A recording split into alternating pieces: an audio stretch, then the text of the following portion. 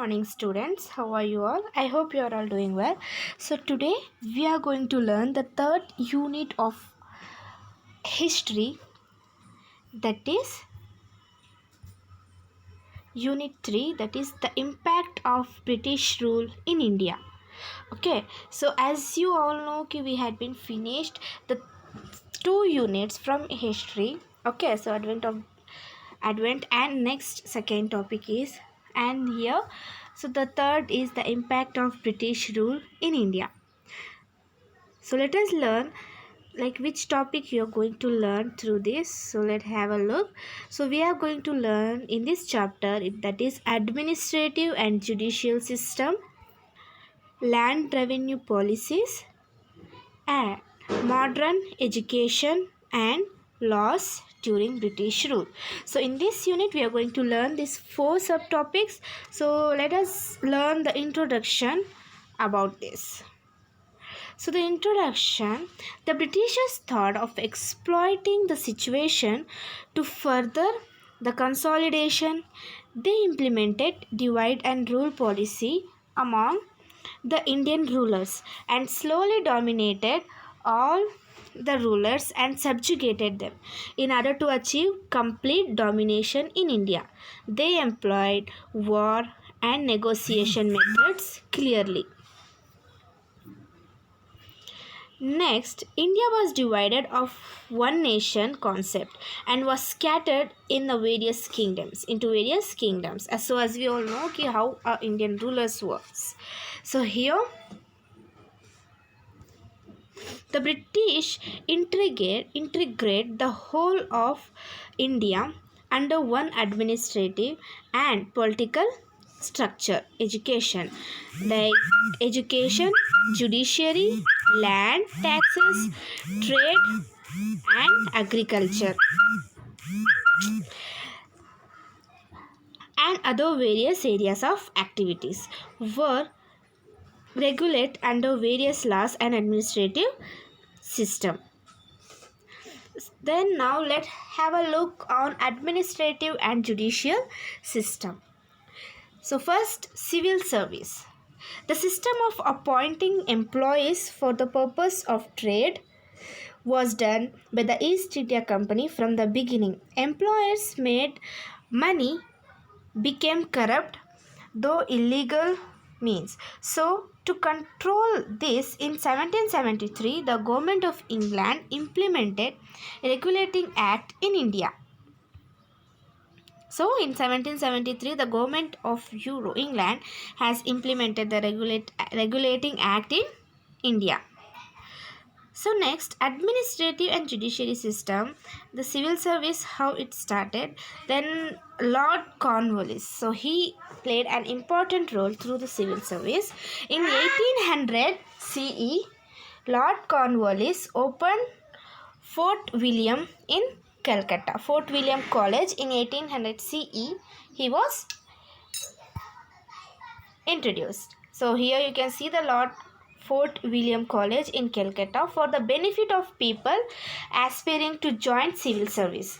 But this initiation did not find support from the directors of the East India Company. As a result, all the appointments till 1853 CE were done by the directors. IAS exam. So here, from 1853 CE onwards, the appointments for civil service were done through competitive examination. So I hope you know that which is the competitive exams like IAS, IPS exams. This did not benefit Indians much. The British continued to suspect the efficiency of the Indians. After the Battle of Buxar, dual administration came into effect in Bengal region.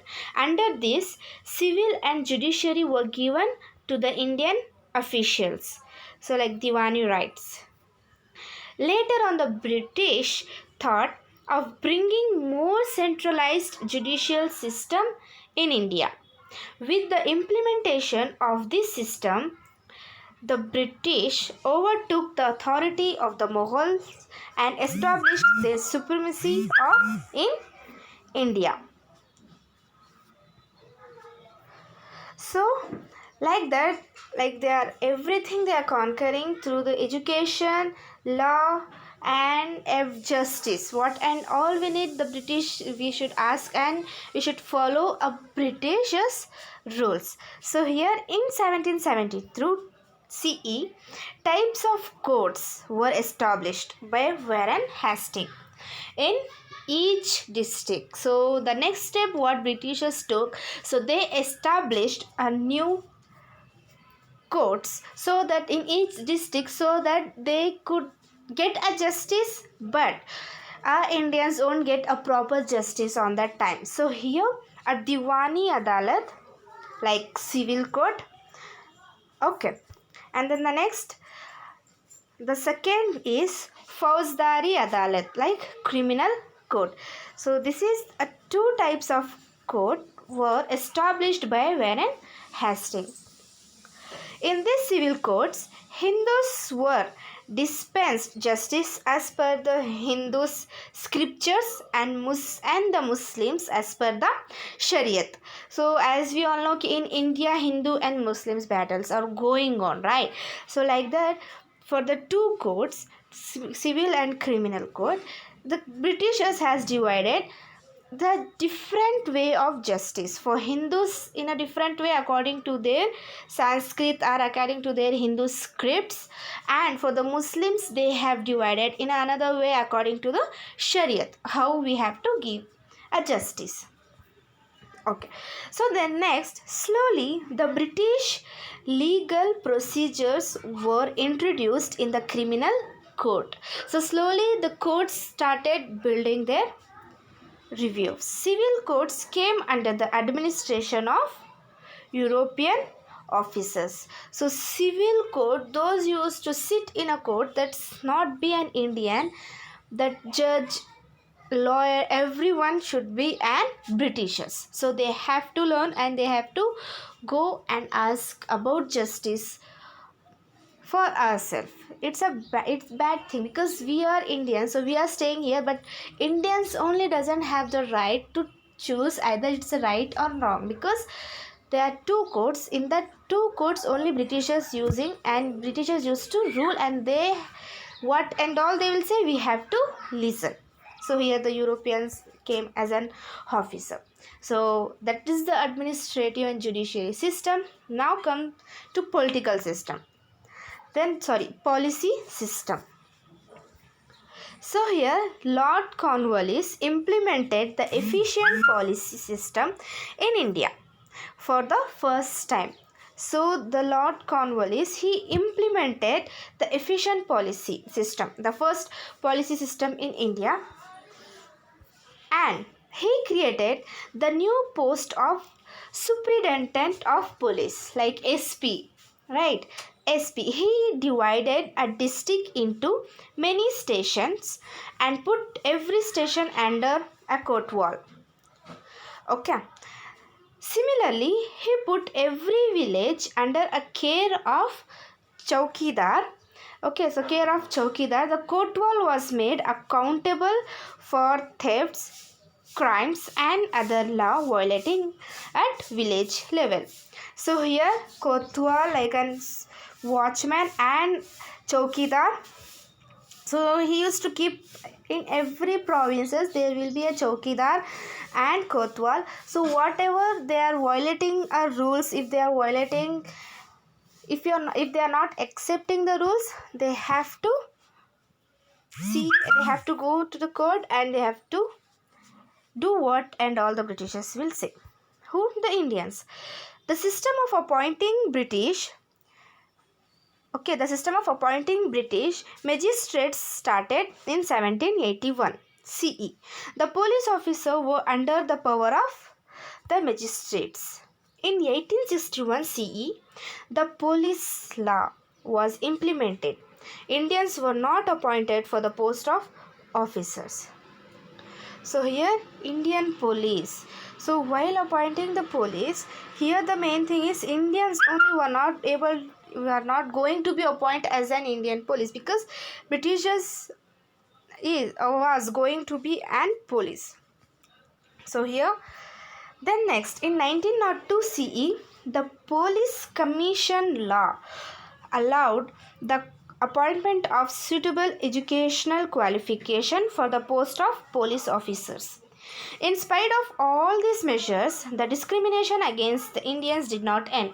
So they are implementing a lot of rules and regulations, but the main point is they are not at all giving a equal right to the Indians, because they are only improving themselves. They are just for the namesake, they are telling we are doing better to the India, but by saying the name, by putting the name of India, own thing they are doing, they are ruling their own way. Okay, the Indians weren't allowed to be in a superior position, because only Britishers used to be in that positions and Indian used to be a puppet.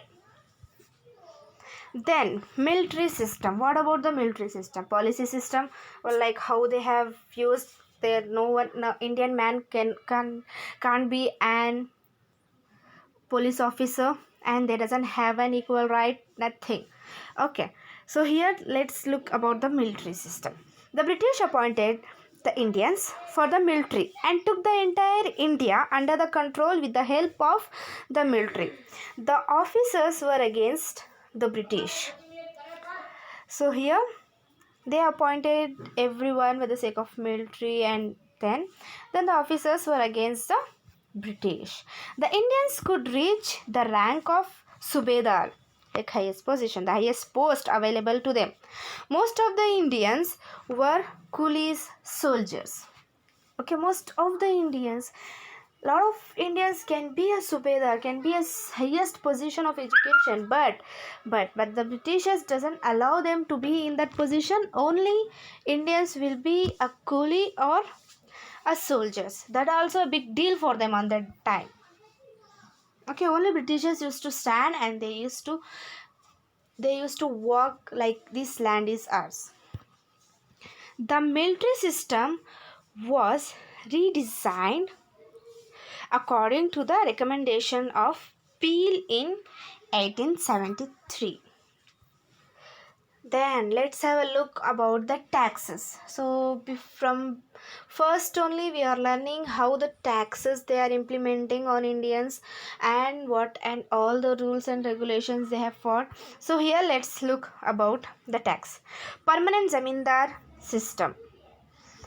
Lord Cornwallis implemented a new land tax policy in Bengal and Bihar region during 1793 CE in order to generate steady revenue per annum per year. This was called permanent zamindari system.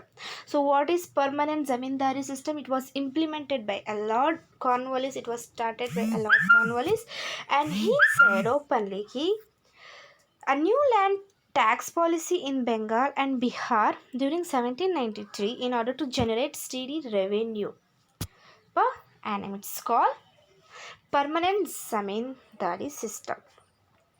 So features of the zamindari system. First, zamindar became the landowner. The zamindar was expected to pay the agreed land tax to the company on the set date every year. He was free to collect any amount of land taxes from the farmers, and could retain the excess money collected. So here the first point is zamindar became the landowner. Okay, so one of the member became the landowner, and the landowner called zamindar have to pay, like accept take to pay the agreement of land tax to the company. That zamindar have to pay a land tax to the company every year on the set of permanent date. For example, if you want to pay on the 1st June, they have to go and they have to pay on the 1st June. They can't able to say second, third. If they say like that, there would be a huge tax again. Okay, so this is, you can see like how Indians used to pay taxes. Either they are eating or not, that's not a matter, but they have to pay at any cost. Both the zamindar and the company were benefited by this system, but the farmers were the grave suffered. So as usual, right, today itself in our India, only the farmers was the one who is suffering from the first.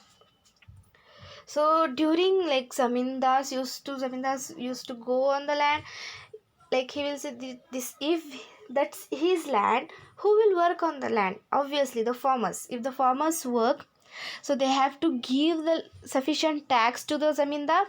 For example, if the Britishers said you supposed to collect a 50 rupees or 15 pounds, then bucks, so the 50 bucks, the zamindar will go and say to the farmers, you have to pay 65 bucks. Okay, so like that only they used to get a commission. So for that commission, the farmers used to suffer a lot. Then this system created a new social group and that aided the British. So for this system, they created new social group in the sense of people, common people. They have started rebelling, they started to thinking, because they are not able to eat by their own self. They used to work hard from day and night, and at the end of the month they have to give a 75, not 75, 85% of their income to the British and zamindar. So what's the use of work? So British government, zamindar and peasants like workers. So this is how this permanent settlement was started.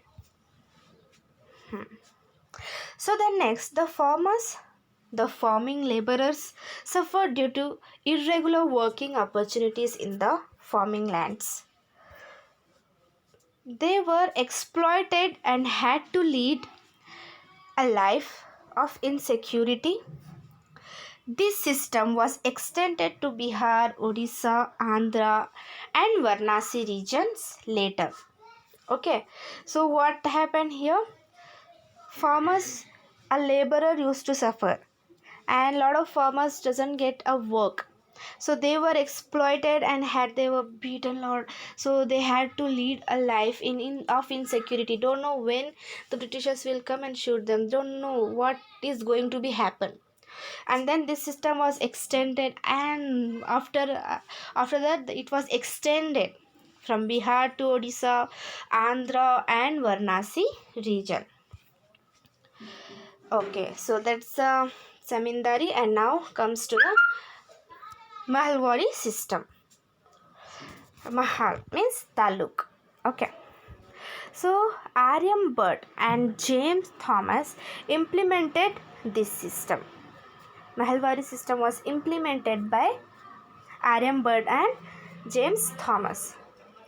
So here, and then the company government entered an agreement at the level of mahals with regret of payment of land tax in Uttar Pradesh, in many parts of Madhya Pradesh, Punjab and Delhi.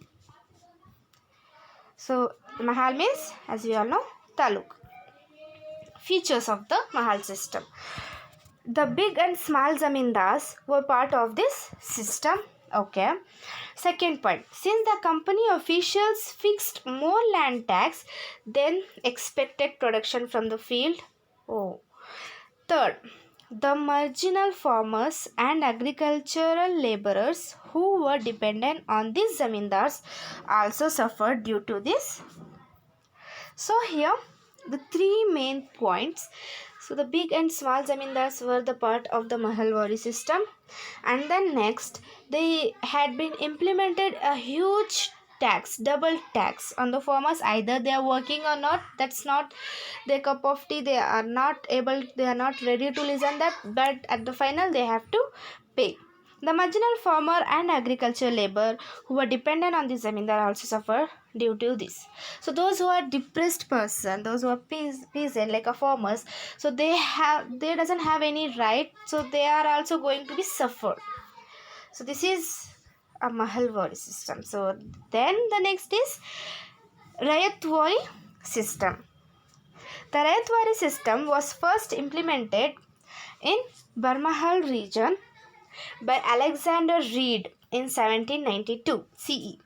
This system was later implemented in Madras by Mysore region by Thomas Munro in 1801 CE. Okay. So Rayquari system. So let's have a look on Rayquari system here. Then features of Rayquari system. Under this system, both the farmers and the company directly linked. Okay. The tiller of the land was recognized as the owner of the land. Oh, the owner had to pay 50% of produce as land tax to the company government. So the tiller, who those used to dig and those have the owner.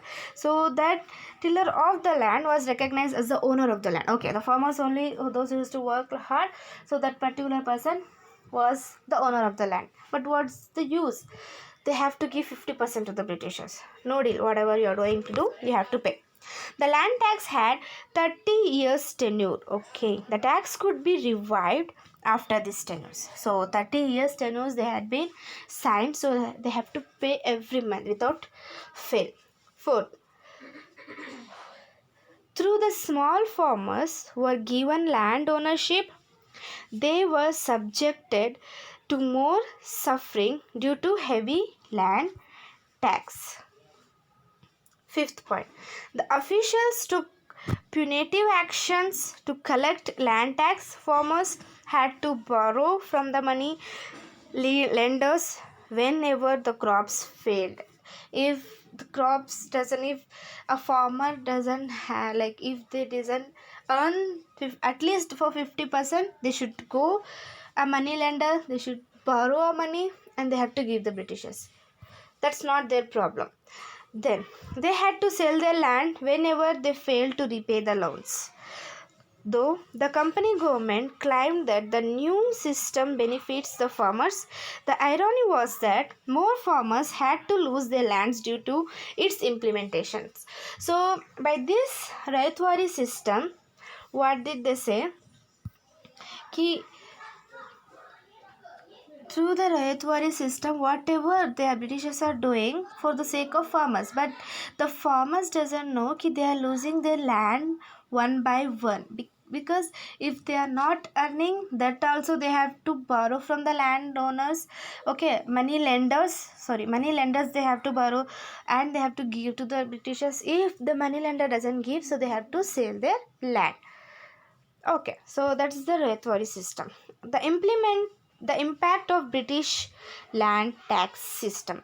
So when they started this everything, the impact. So what and all came. A new class of zamindars who exploited the farmers was created. Okay. The farmers who were subjected to the exploitation of the zamindars became landless slowly, obviously, because they are losing their lands. Then land became a commodity. Loans could be raised by mortgaging the lands. Then, so these three lands impacts the zamindars used to lose was exploited, the farmers was created, they used to beat and they used to exploit the farmers. And then second point, slowly they are losing their land, and then land became commodity. Loans, like if they doesn't give, like they have borrowed a money from the money lenders, right? So if they doesn't give this, they used to put a lot of tax on them, so that land also gone. Many zamindars also had to mortgage their land in order to pay a land taxes. Okay, then the agriculture sector became commercialized and had to grow raw materials needed by industries back in England. The money lenders became strong. So slowly, when the farmers are taking money from the money lenders, so when a farmers doesn't give back that money, obviously they can't able to give, because here one side Britishers and another side was zamindar, and here are money lenders. How can they able to give?